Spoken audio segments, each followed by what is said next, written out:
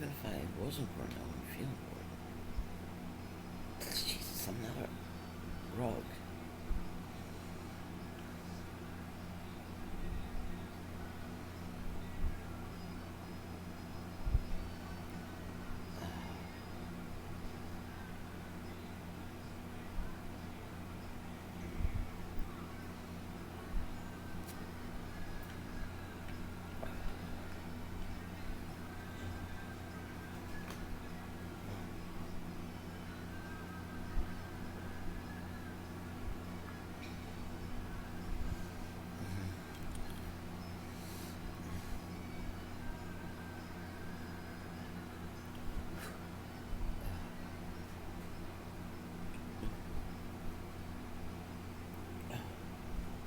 Hi, honey. I had 2 hard-boiled eggs and a can of Pellegrino. And I ordered, as you can see, I ordered more Pellegrino because it really helps. Because the flaxseed's been cleaning me out pretty good. And I felt like my minerals were a little out of balance. Although you must have thrown away my bananas. I had at least 2 overripe bananas, but I love them. I love them overripe. Oh, these earrings came too. Butterflies. Pretty, aren't they? Okay. Talk to you soon.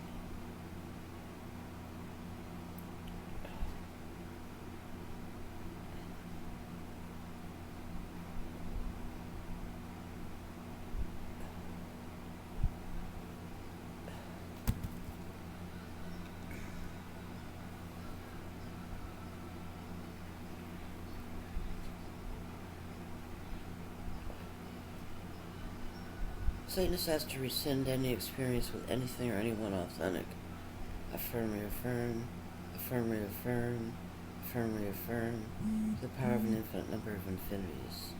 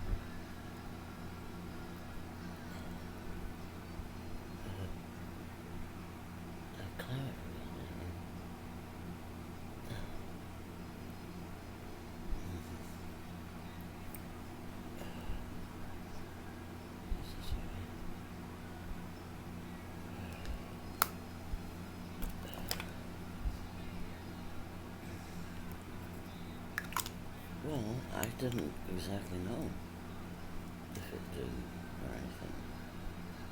I don't know, actually. I think.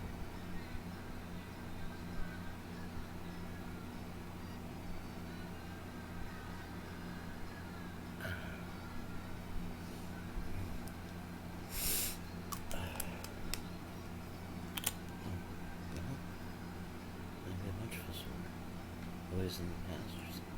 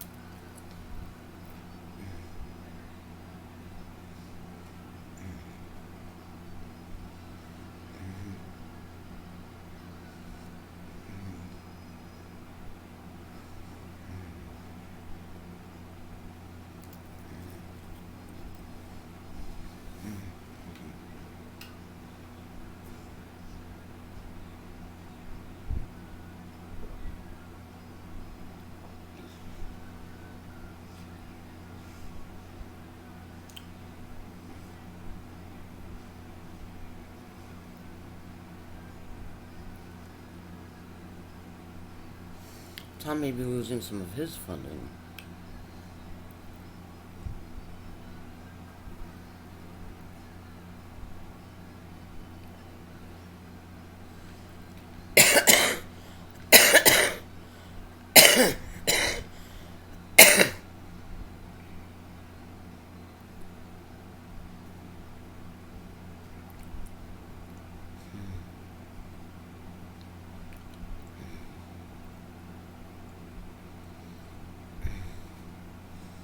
Israel and the economy and Netanyahu slash Raul Julia may have to do with Israel in the northwestern section.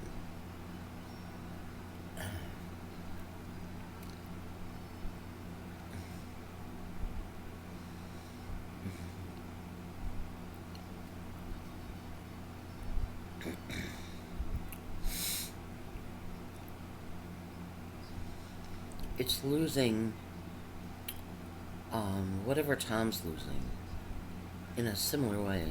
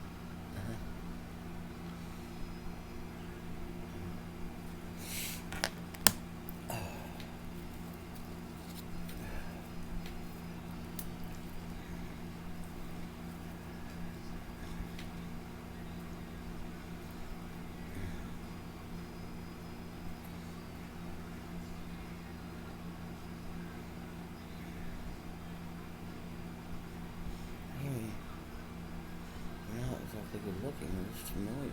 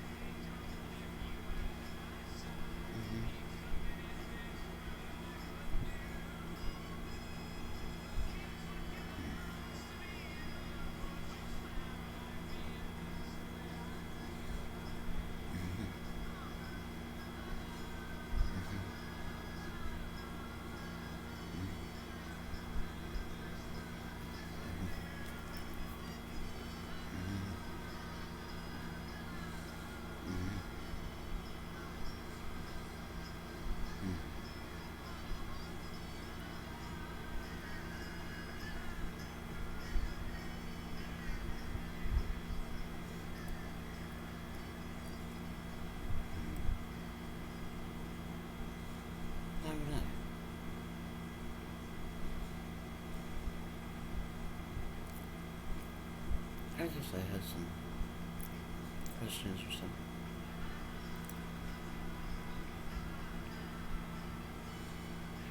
Not all about that.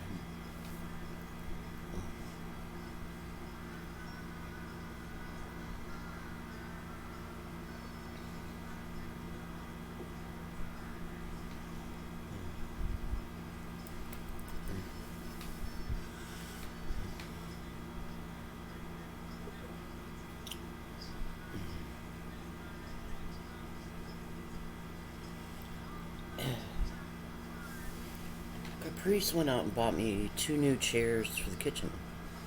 And they're both one's has an upholstered cushion seat with no arms and a tall back with scrolling. It's solid wood. It's very nice. And the other one is green, cushion seat, cushion back, solid wood. And the two of them cost $55 total. And I just had lunch in one of them. It was so comfortable.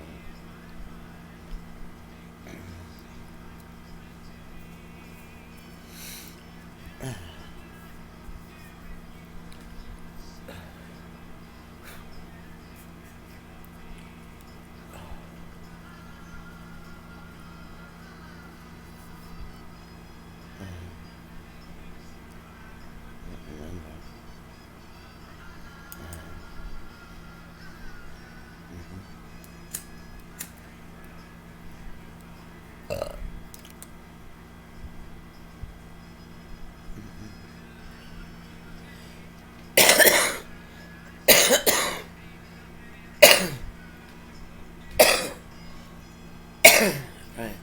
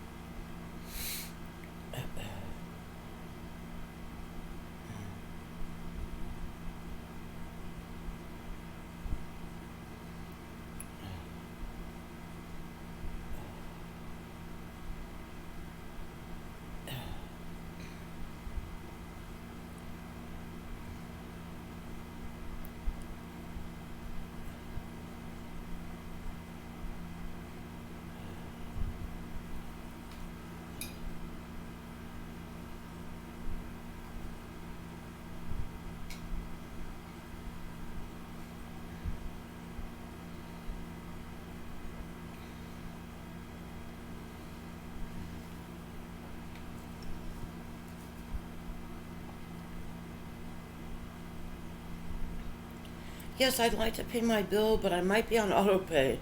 I was wondering if you could check for me. My 920-979-1958. Laura Landsberg.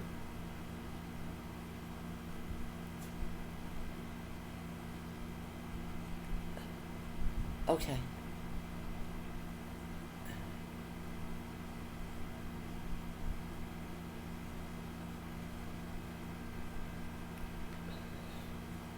Right.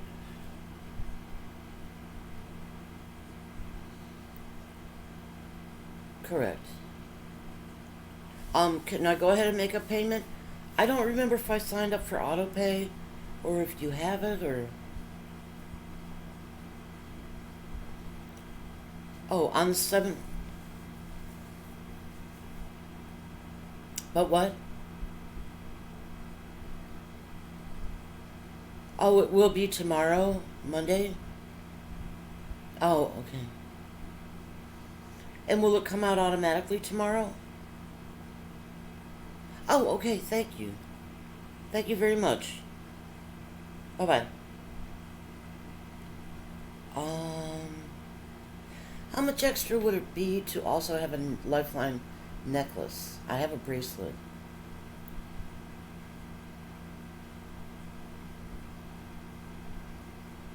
Well, I'd like to have both, I guess.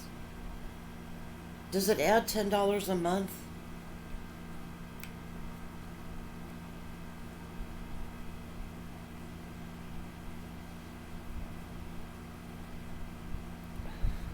Whichever one is smaller. Smaller size. I guess automatic. Oh, okay. Alright, well then I'll pass. Because I can make a necklace out of it. I have things to string a necklace with my bracelet thing. Okay. Say again? Yeah, that's it.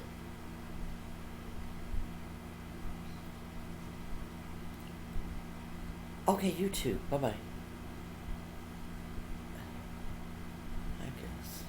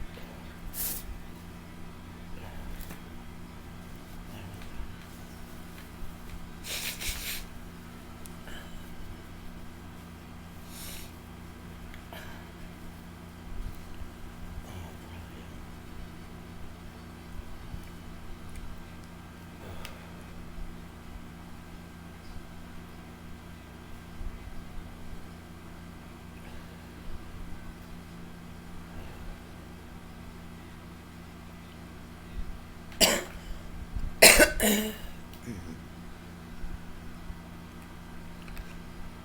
shit. Did I do that again?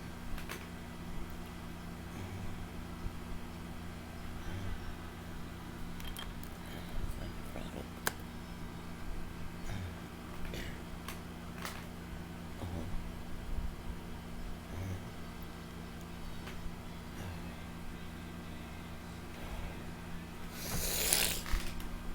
Uh-huh.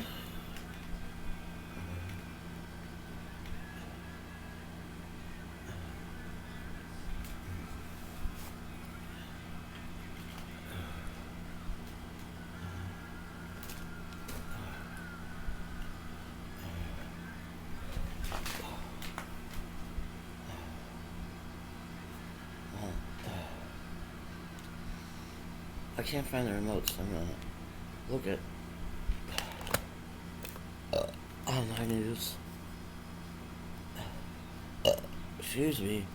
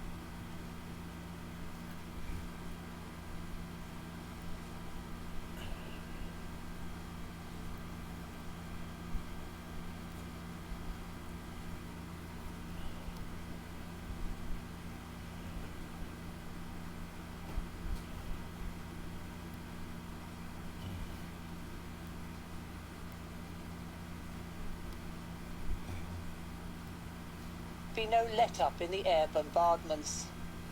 Our battle against the terror organization continues in full force. We're charging very heavy price from Hamas for their unbearable aggression. The IDF carried out attacks on more than 1,500 targets during the last days. Tensions remained high late on Sunday in East Jerusalem. It's the planned eviction of Palestinian families from one neighborhood here that has contributed to the wave of violence that spilled over into many Israeli cities, Gaza and the West Bank. Sunday saw the deadliest 24 hours so far in the conflict. Israeli airstrikes hit a busy street in Gaza, causing at least 3 buildings to collapse and dozens of deaths. Excuse me. Hamas had launched a barrage of rockets towards southern Israel, sending Israelis dashing to shelters only to emerge to assess the damage. International efforts to broker a ceasefire continued as the UN Security Council met in emergency session. The Palestinians' representative urged the council to take action. How many Palestinian civilians killed for a condemnation? We know a single Israeli is, but how many Palestinians? 200 Palestinians have been killed. But although the council called for peace, it was unable to agree on a joint public statement. The United States, a strong ally of Israel, is said to be reluctant, believing it would be unhelpful to the diplomatic process. Eva Labrik, Euronews. As your report indicated, Israel is going to continue its bombardment of the Gaza Strip. I don't see Hamas going away from this. But we do know that at some point, and probably this week, there will be some understandings between the two, perhaps brokered by Egypt. That's normally the case. The rockets and the missiles will go silent, but it won't be. It'll be calm for Israelis. It won't be calm for Palestinians. It will be peace for Israelis, but not for Palestinians. And that is the fundamental flaw in the way that the international community goes about this.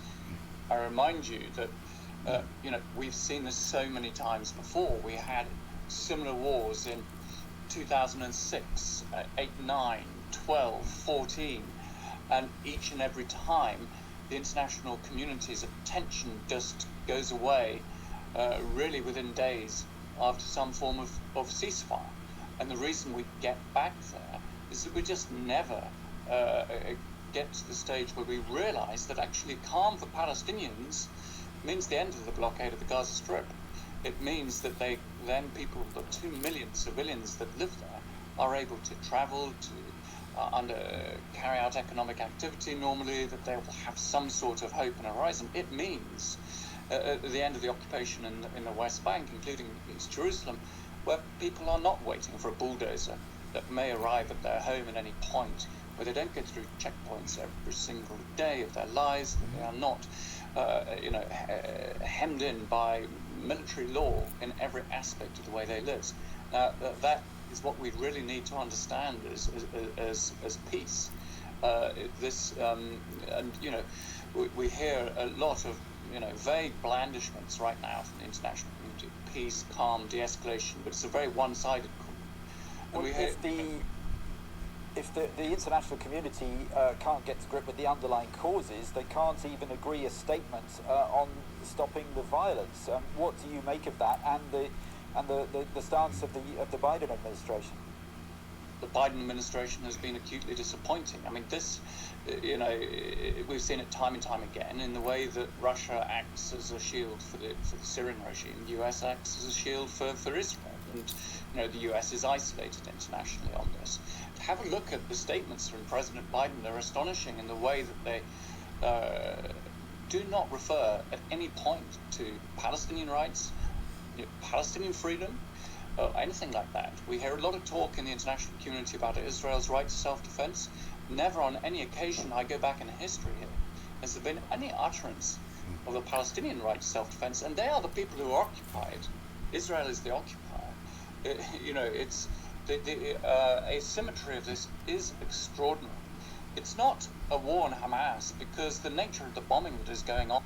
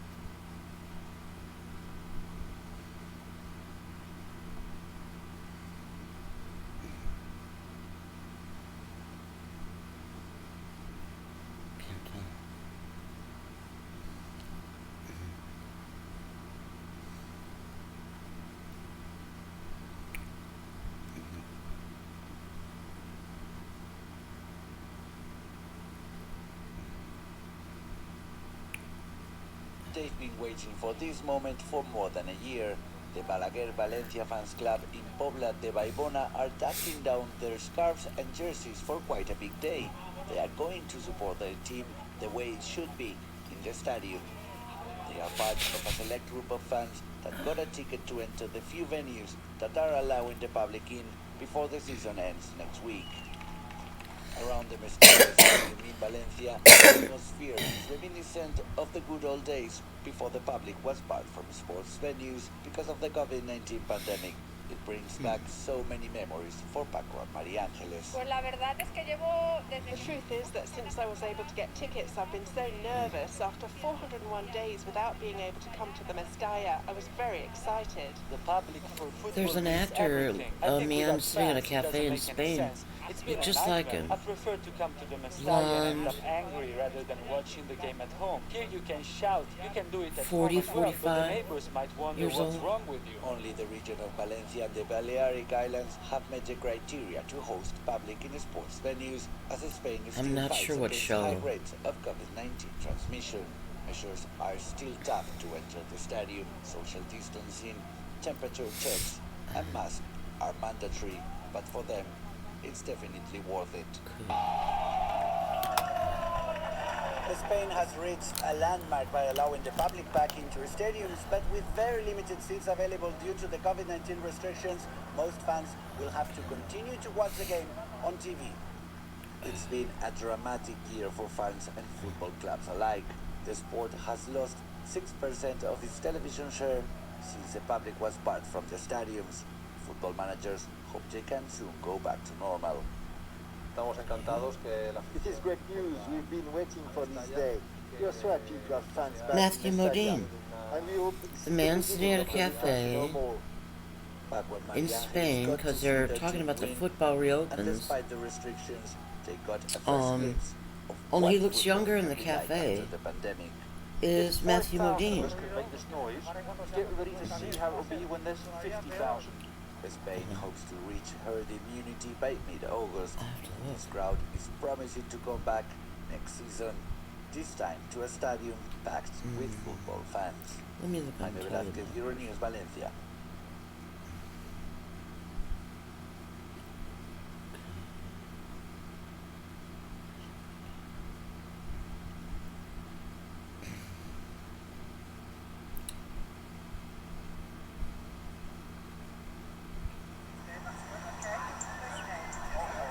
A Europa continua a dar passos para sair do confinamento numa altura em que a variante indiana alastra no continente e coloca em causa os planos para o Oh, of alívio das course. restrições. He was in Pacific Heights, right? No Reino Unido, quase With 70% Melanie dos Griffith and, adultos receberam a primeira um, dose da vacina contra a Michael Covid-19 Keaton. e mais de 37% as duas doses. Mas nas últimas semanas surgiu uma preocupação. Já registámos mais de 1.300 casos desta variante indiana. Está a It's tornar-se possible dominante em Melanie algumas Griffiths partes is do país, related por exemplo, em Bolton. to Ava Gabor, which I assume means Há novos dados muito precoces da Universidade de Oxford. and Os Jaja, I são dos assume. laboratórios, não são That would dados be Jaja clínicos. too. E são muito precoces, que nos Yeah, dão Matthew grau de Modine was in confiança Pacific de que as Heights. vacinas I funcionam did like his contra character. esta variante indiana. And Michael Keaton played a lunatic, a predatory lunatic. Espanha também continua o plano de desconfinamento e teve o primeiro fim de semana sem estado de emergência. Muitos aproveitaram o bom tempo para ir às praias num ambiente de alívio e prudência. So I think Matthew Modine must be Quase voltámos important à normalidade, pouco a pouco, mas temos respeito pelo vírus to porque be muitas exposed coisas this late in the perigosas game. aconteceram e muitas pessoas morreram. Temos de continuar a ser cuidadosos. A verdade é que está a correr muito bem. Temos tudo reservado e parece que as coisas estão a começar a melhorar. A Chequia levanta restrições à medida que o número de novos casos diários registra os valores mais baixos desde o início de setembro. His spouse is Caridad Rivera. O ensino Could be presencial related to está a ser Geraldo. alargado, as esplanadas dos restaurantes começam a abrir e os He was in centros de Stranger fitness Things, e os too. ginásios já têm But I don't remember condições his para character. receber os I haven't clientes. seen all the Stranger Things episodes.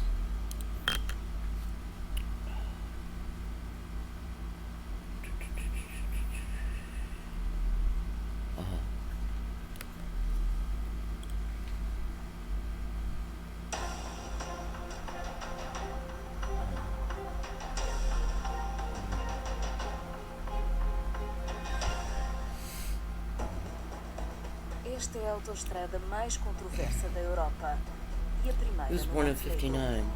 No pequeno país dos Balcãs Ocidentais, a paisagem de montanha será rasgada por 40 pontes e 90 túneis construídos com financiamento chinês. Mas até o momento, apenas 40 dos 170 quilómetros planeados foram Shit. concluídos. He says he's related to O Charlton Montenegro está a Heston. construir uma das And this autoestradas picture, mais I... caras do mundo, financiada por um empréstimo chinês. Mas o reembolso It desse looks- montante pode it criar looks like problemas. he is. Estará o Montenegro preso na armadilha da dívida chinesa. Vamos tentar saber mais. Foi Milo Đukanović, atual presidente do país, quem na altura, enquanto primeiro-ministro, lançou a autoestrada. Estudos de viabilidade franceses e americanos assinalaram os riscos de um projeto desta dimensão e o Banco Europeu de Investimento recusou-se a financiá-lo. Mas em 2014 a China interveio e ofereceu um empréstimo de $1.000 milhões para a Well, primeira I don't know fase. if it's Hoje, significant depois da or pandemia ter not. esmagado a economia Spain is do one of the país countries dependente do I turismo, never heard o about Montenegro não on the faz ideia news. It como was vai never financiar o que ainda falta on the construir. news. And I didn't understand why we wouldn't get Canadian TV. No sul, à fronteira com a Sérvia, no norte. Aos 800 So Spain milhões de euros must já be a gastos, place juntam-se agora where mais 100 milhões certain para Satanists coisas are, essenciais omitidas no projeto de origem. A conclusão da primeira fase, a vermelho no mapa, estava prevista para have 2020, established mas ainda themselves. não foi concretizada. Visitamos Boyan, camionista de profissão. Com a nova autoestrada surgiram as promessas políticas de milhares de empregos, mas não por aqui. Da China, além do financiamento, vieram também os trabalhadores. No local, fala-se, encontram-se ainda trabalhadores ilegais de países vizinhos, sem contratos nem contribuições para a segurança social. Eu preferia que tivessem escolhido a Europa para este empréstimo. Se a Europa o fizesse, não poderiam fazer as coisas desta forma. Sem regras, como no mercado ou no bazar, sem papéis. His daughter apenas Ruby palavras. Modena is a ballet dancer, Isto acontece porque eles trabalharam com chineses e a croatas. singer and ballet dancer. Se a Europa estivesse aqui, havia mais controle e a construção já estava feita. 10% já roubaram, ou seja, 100 milhões de euros. Que é quanto precisam agora para completar apenas esta primeira parte?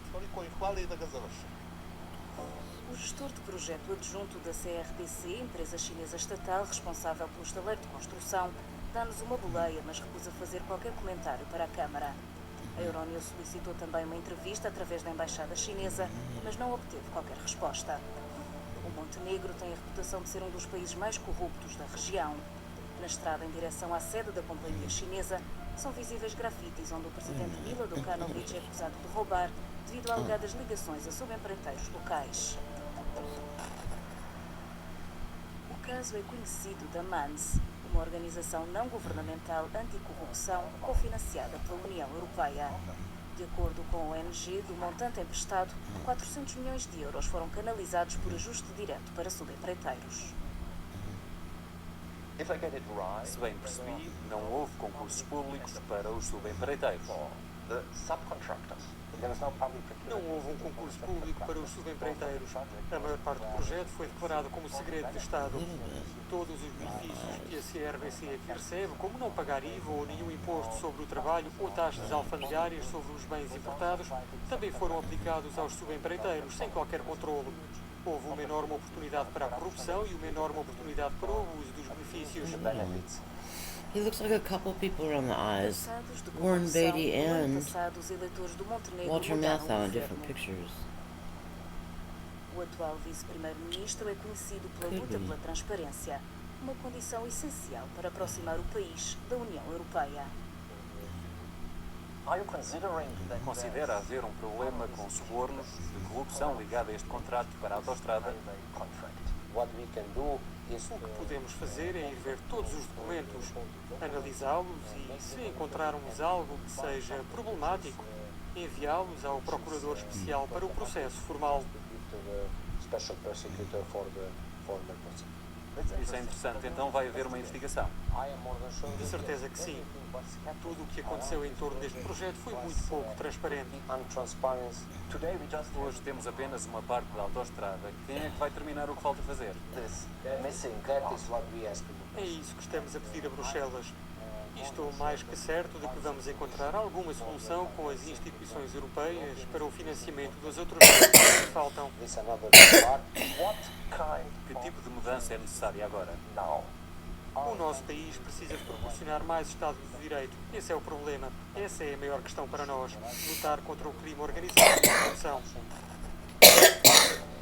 As contrapartidas do contrato de empréstimo com a China suscitam alguns receios e muitas dúvidas. Entre os termos acordados, há uma cláusula que obriga o Montenegro a renunciar a partes do território em caso de problemas financeiros.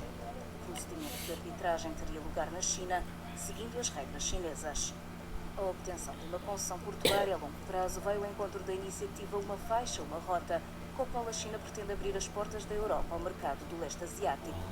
Na esperança de uma retoma económica, as autoridades portuárias do Montenegro planeiam 2 novos terminais. O nosso principal objetivo, do ponto de vista comercial para os próximos 10 anos, é conseguir um porto de importância regional, no sentido de ter mais carga, mais atividades industriais e comerciais e por aí adiante.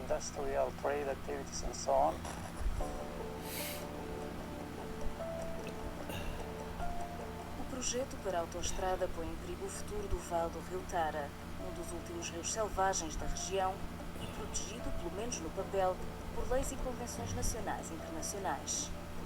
Natasha Kovacevic monitoriza o rio com ferramentas hidrológicas. O resultado é um desastre. Numa escala de 1 a 5, este troço passou da melhor para a pior classificação. Os sedimentos do estaleiro de construção estão a cair na água, impedindo o peixe de desovar.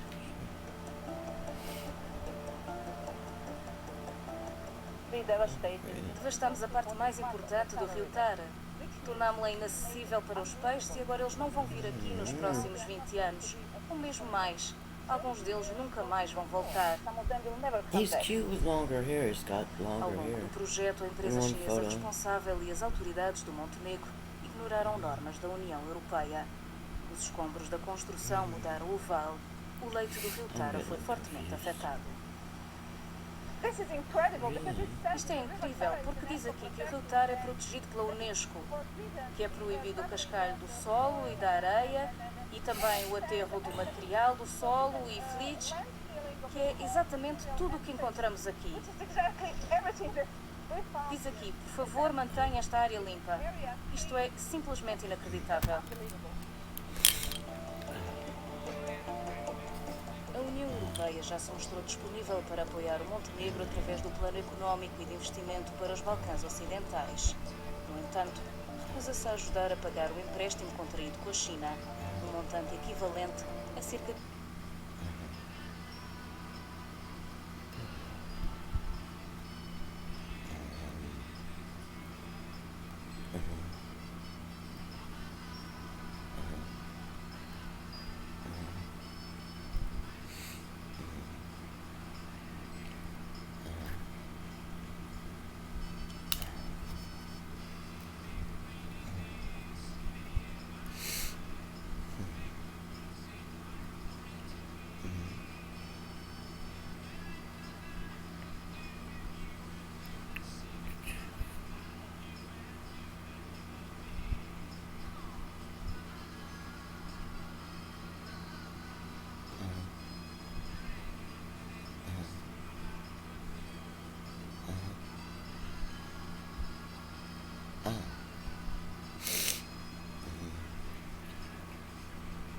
Yeah, that sounds familiar.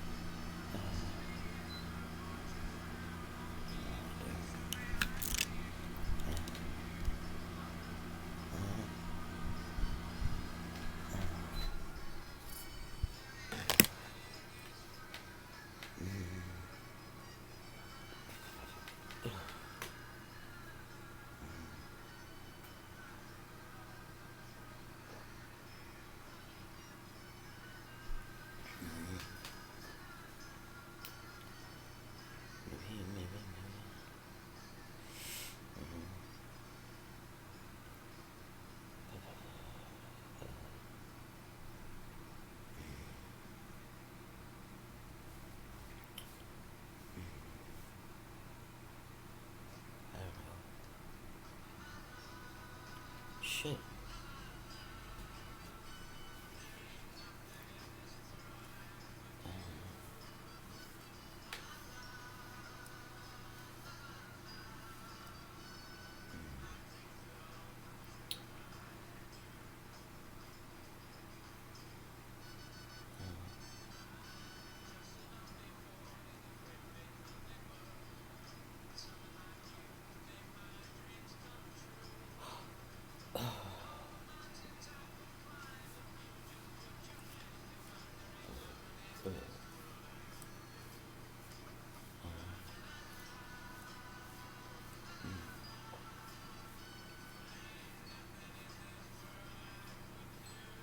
Listen.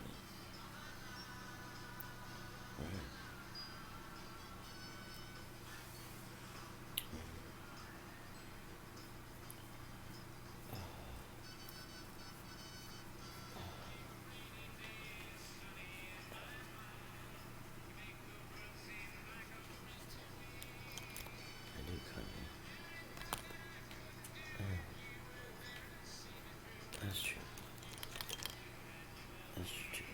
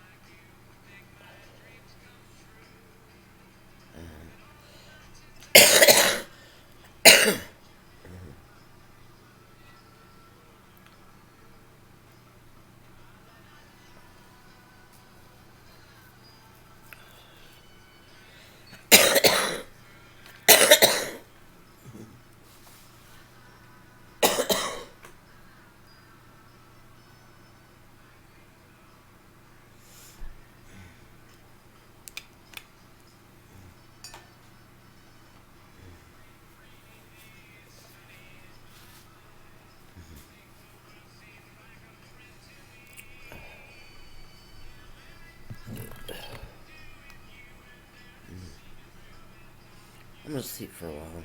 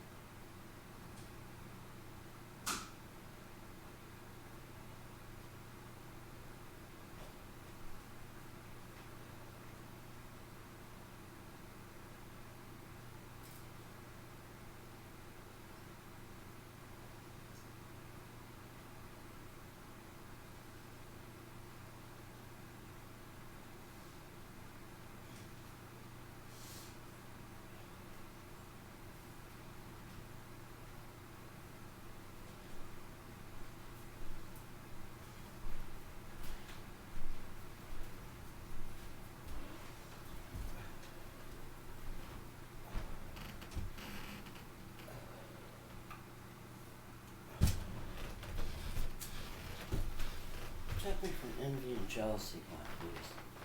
From your friend. From your friend.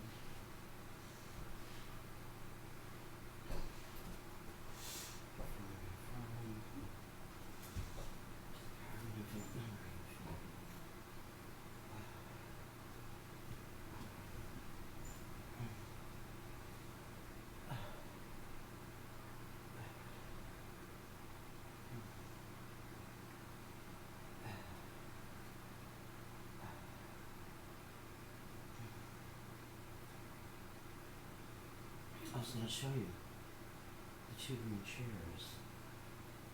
But I went to the bathroom and I have the phone with me. I'll take a picture of them or a video of it. Okay? I'm not down for a while. Okay, see you in a bit.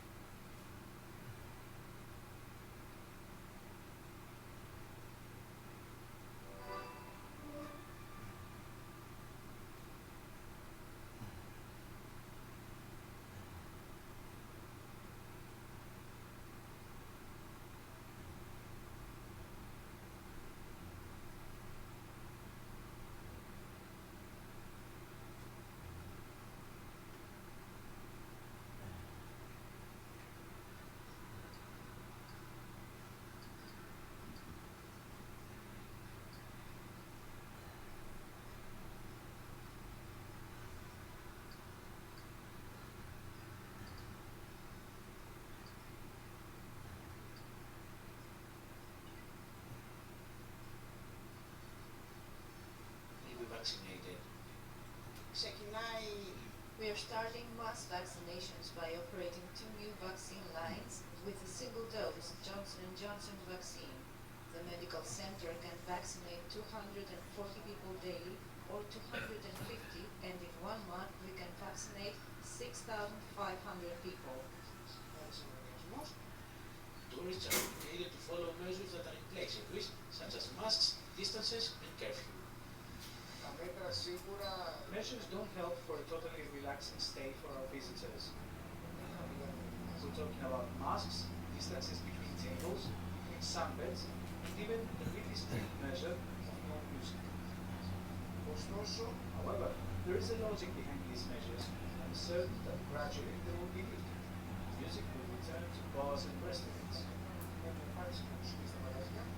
Local authorities emphasize that residents and tourists should feel safe to work or enjoy their holidays in the beautiful island of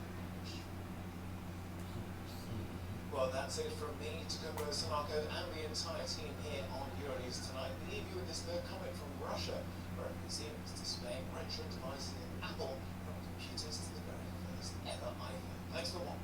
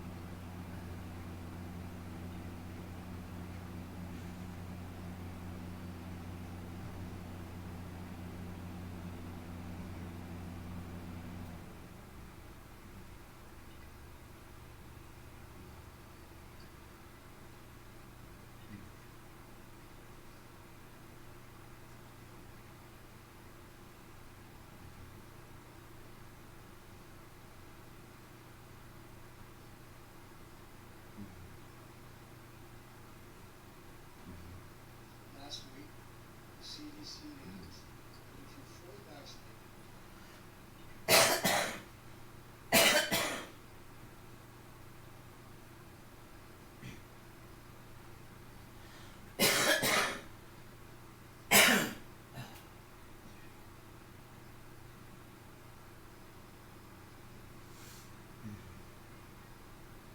the Shark Vac Mop, the all-in-one disposable pad that vacuums and mops away debris other pads push around, then spray mops tough messes. Powerful vacuum suction, then spray mopping for a complete clean, all with one disposable pad. Just vacuum, then spray, and toss. The Shark Vac Mop.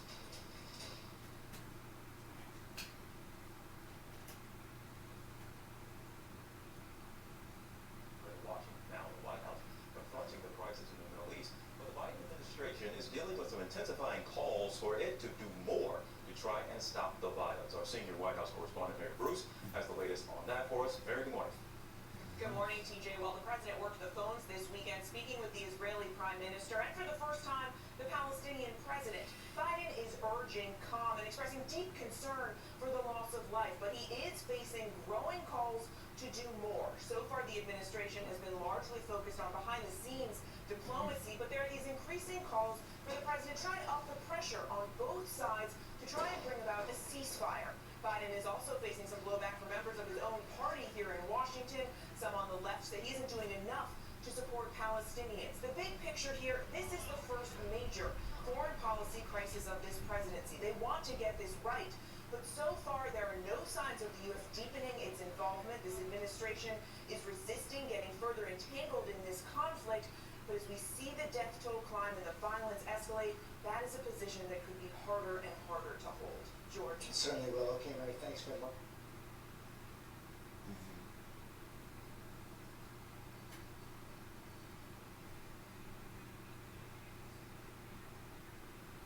us now for more on this is ABC News medical contributor and chief innovation officer at Boston Children's Hospital, Dr. John Brownstein. Thanks so much for being with us this morning. Let's start with how this change is just causing a lot of confusion for people. Do you think the CDC moved too fast? How can they clear up the confusion at this point?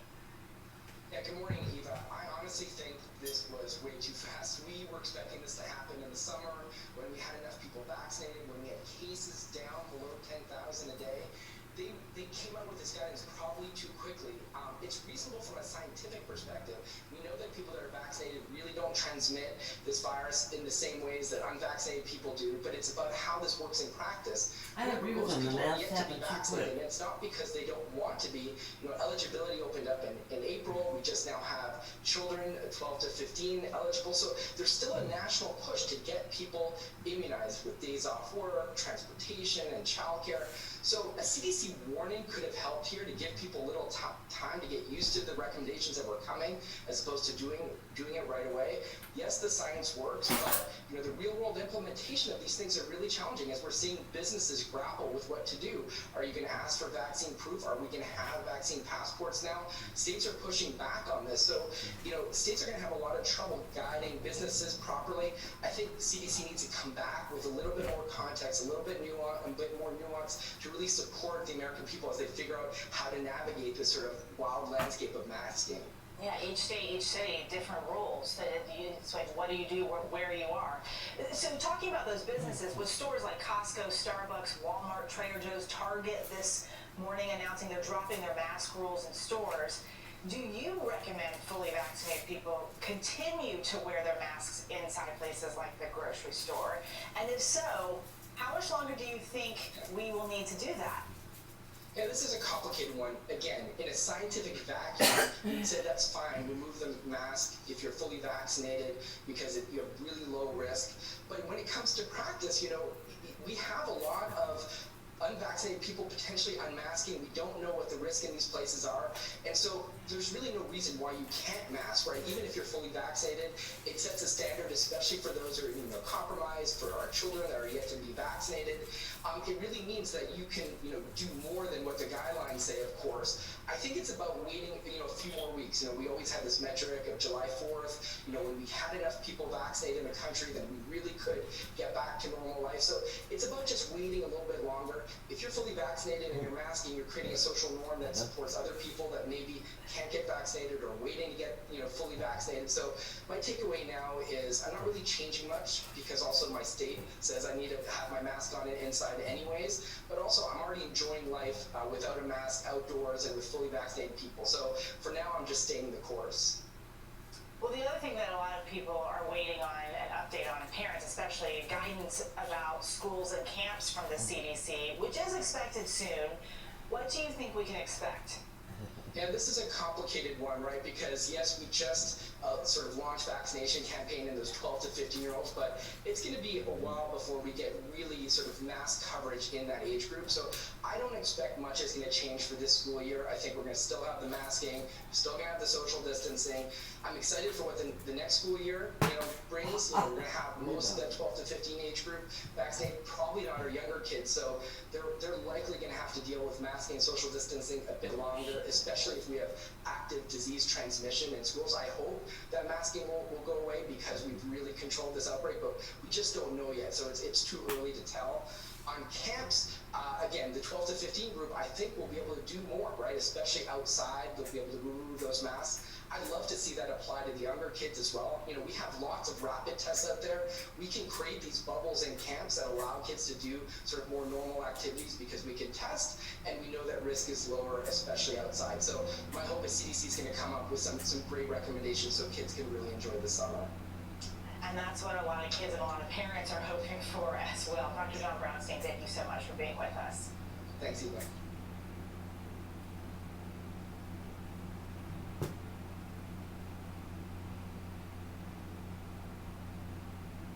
Dr. Ashish Jha, Dean of Brown University School of Public Health. And Dr. let me start out by having you respond to that criticism from the nurses union, saying this decision by the CDC is not based on science and that's going to endanger frontline workers. Yes, so good morning. I'm George. Thanks for having me on. I think the CDC's recommendation, that there are a couple of parts of this. One is they're encouraging more people to get vaccinated, which of course I agree with.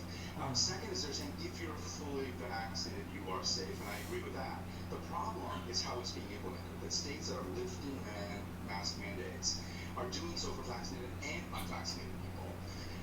That's why I think the lifting of the mask mandates right now is unwise. We should wait a little longer until more Americans get the vaccine. You're vaccinated, but you say you're going to continue to wear a mask inside places like the grocery store. Why?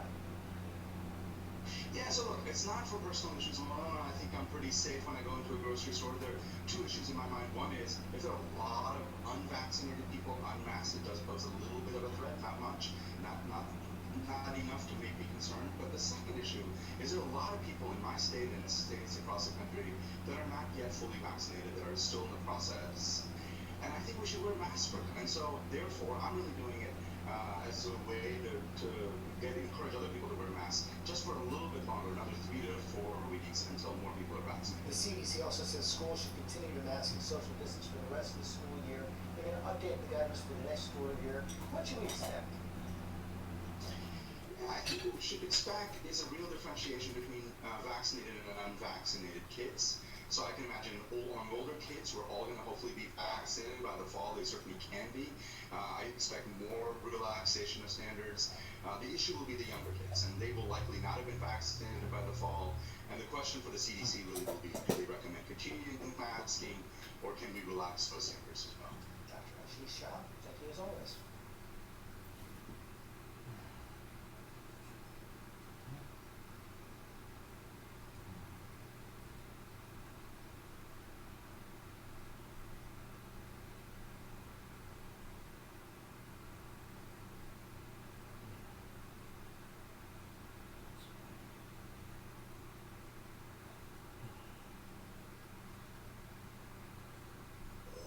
It's terrible. I was totally stranded. No TP? Nope.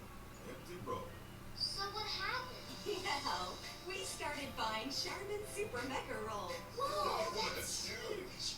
Charmin Super Mega Roll is 6 rolls in one and lasts so much longer, you don't always have to worry about the roll running out. I'm glad you were rescued, Dad. Me too. It was a huge relief. Enjoy the go with Charmin. Guaranteed to fit or your money back.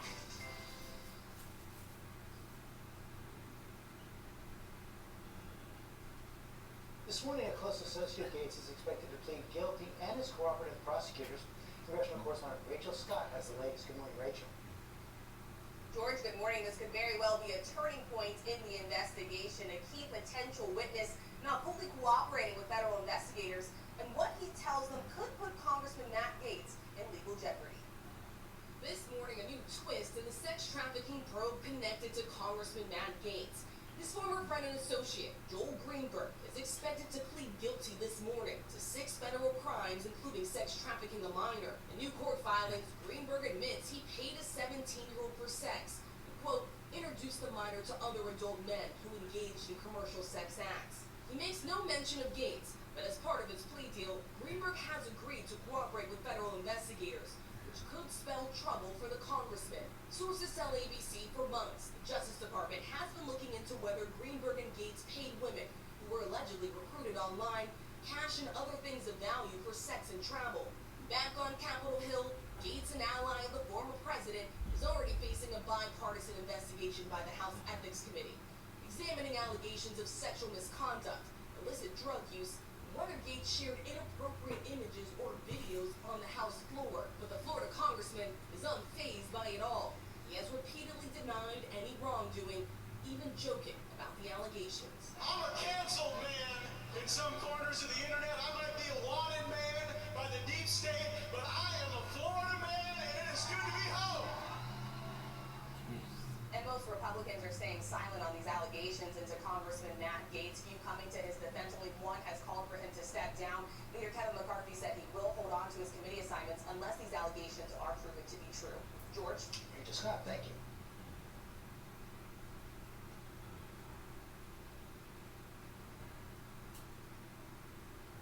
Get to that billion-dollar divorce between Bill and Melinda Gates. A new report details allegations of inappropriate work-related behavior, including pursuing other women. Rebecca Jarvis here with the latest on that. Good morning, Rebecca.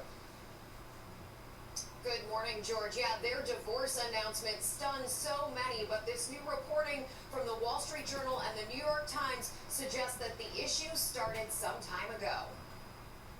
This morning, Microsoft founder Bill Gates facing allegations of inappropriate conduct as he and soon-to-be ex-wife Melinda French Gates finalized their multi-billion-dollar divorce. The New York Times and Wall Street Journal reporting Bill Gates allegedly pursued relationships with several employees prior to his wife of 27 years filing for divorce. According to the Journal, Bill reportedly engaged in a years-long sexual relationship with a Microsoft engineer that began in 2000.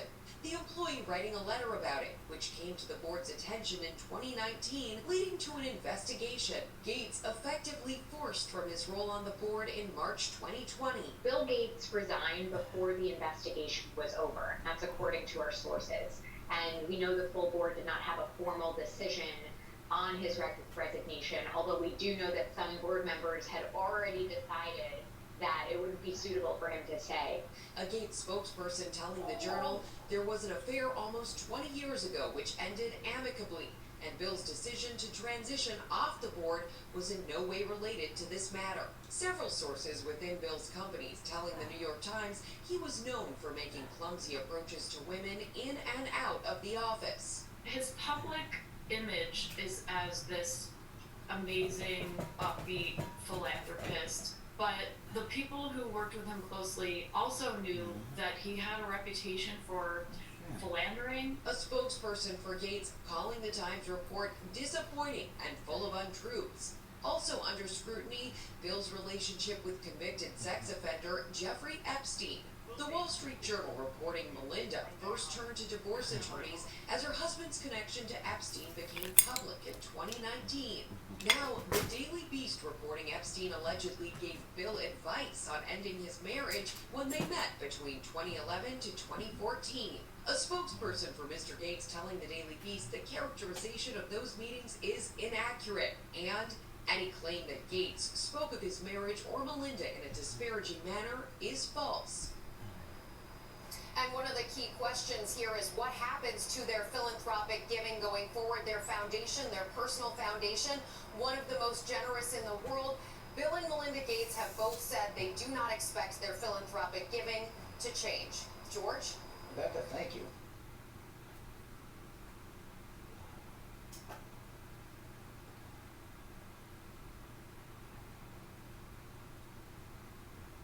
It's on that critical pipeline shut down by that massive cyber attack. Well, it's up and running again, but there are still more than 12,000 gas stations in the eastern part of this country with no fuel.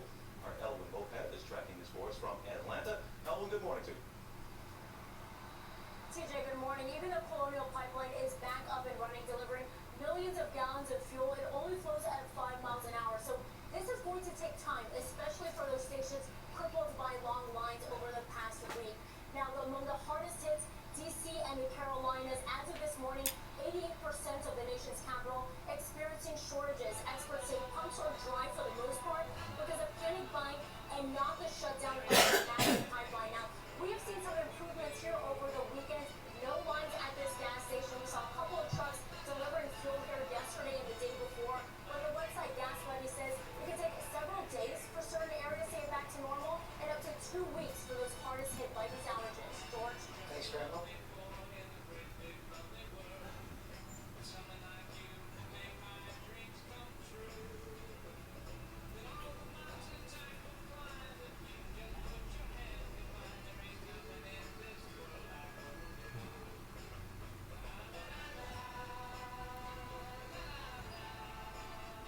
You never want leftover onion residue or any food residue on any of your surfaces.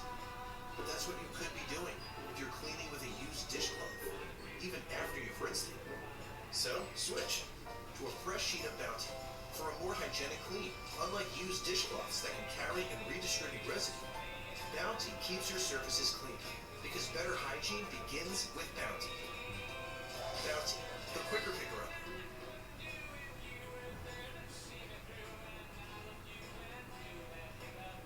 To that raging wildfire in the west, more than 1,000 forced to evacuate as the blaze nearly doubles in size. Roll call is in Pacific Palisades.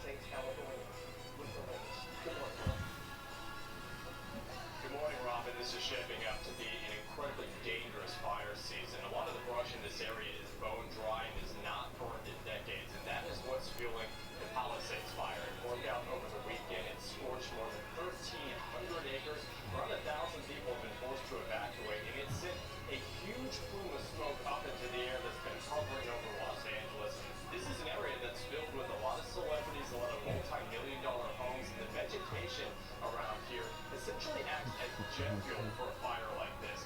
And as crews are trying to up their containment numbers this morning, they tell us they believe that this fire could have been sparked by an arsonist. And keep in mind that this actually comes on the heels of a historic fire season last year. We're told that so far in 2021, we have seen a 700% increase in fires at this point compared to last year in 2020. So we still could have a long way to go with this fire season, Robin. It seems to play well. Thank you.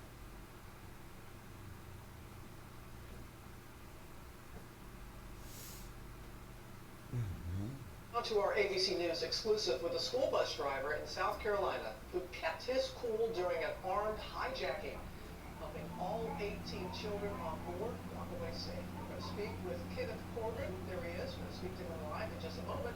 But first, Janae Norman has that story. This was the heart-stopping moment. An Army trainee used a rifle to hijack a South Carolina school bus with 18 children inside earlier.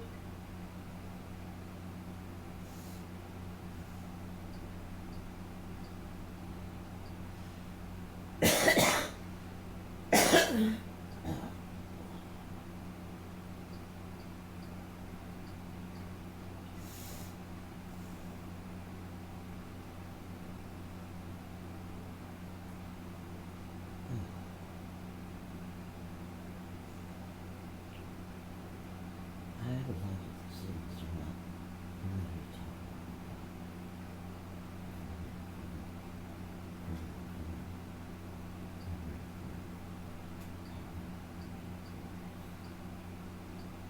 I have some questions.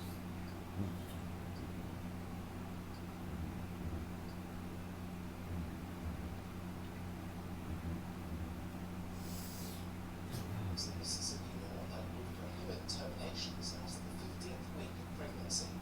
If the ban is upheld, it would provide a pathway to overturning the landmark Roe v. Wade ruling. The European Union and the United States agreed a temporary truce in their row over steel tariffs. The deal spares products such as US bourbon from a doubling of EU import duties from next month. Both sides will begin talks to address global steel and aluminium excess overcapacity.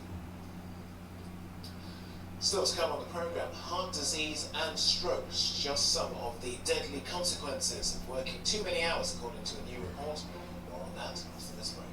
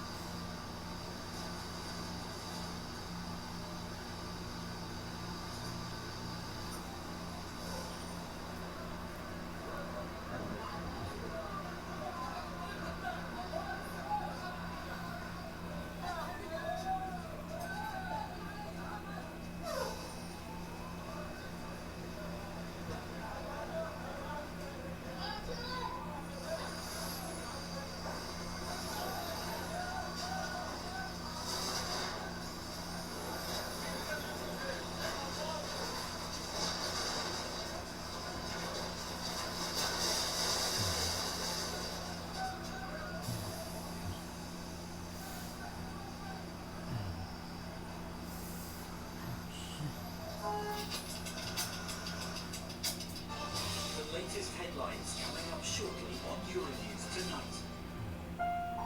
Air quality forecast in collaboration with Copernicus.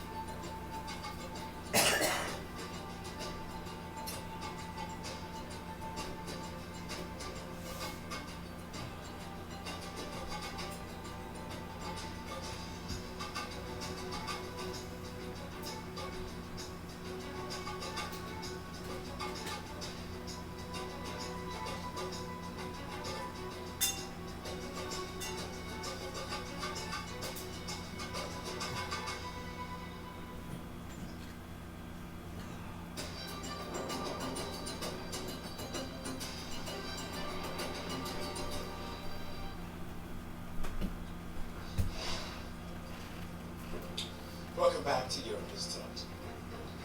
All parts of the UK have moved to step 3 of the roadmap to reopen following the COVID-19 pandemic. Pubs, bars, cafes and restaurants can now serve customers indoors, while museums, galleries and cinemas can welcome visitors. It comes despite fears over the contagious Indian variant. Some 2,323 cases of it have been reported in the UK. Health Secretary Matt Hancock says there are now 86 local authority areas with 5 or more confirmed cases. Well, as UK theatres reopen to limited capacity, Don't let me sleep there torturing my shoulder. to encourage people to share their new memories of the performing arts. Matthew McKinney has the story. Well, across Europe, the COVID-19 pandemic has devastated the performing arts industry, and venues have been forced to remain closed for the vast majority of the last 14 months. Yes, all of his relationships, all his interactions with children, is seen by everyone in the universe, transcribed and televised. Affirm, reaffirm, affirm, reaffirm, affirm, reaffirm, to the power of an infinite number of infinities. Back on stage to share their memories of their new theatre experience post-pandemic. And certainly the hashtag has been picking up on Twitter.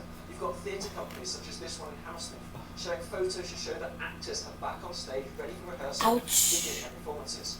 But you also have other people using social media and this hashtag to share their excitement that theatres are opening once again, even if it is only at first to a limited capacity.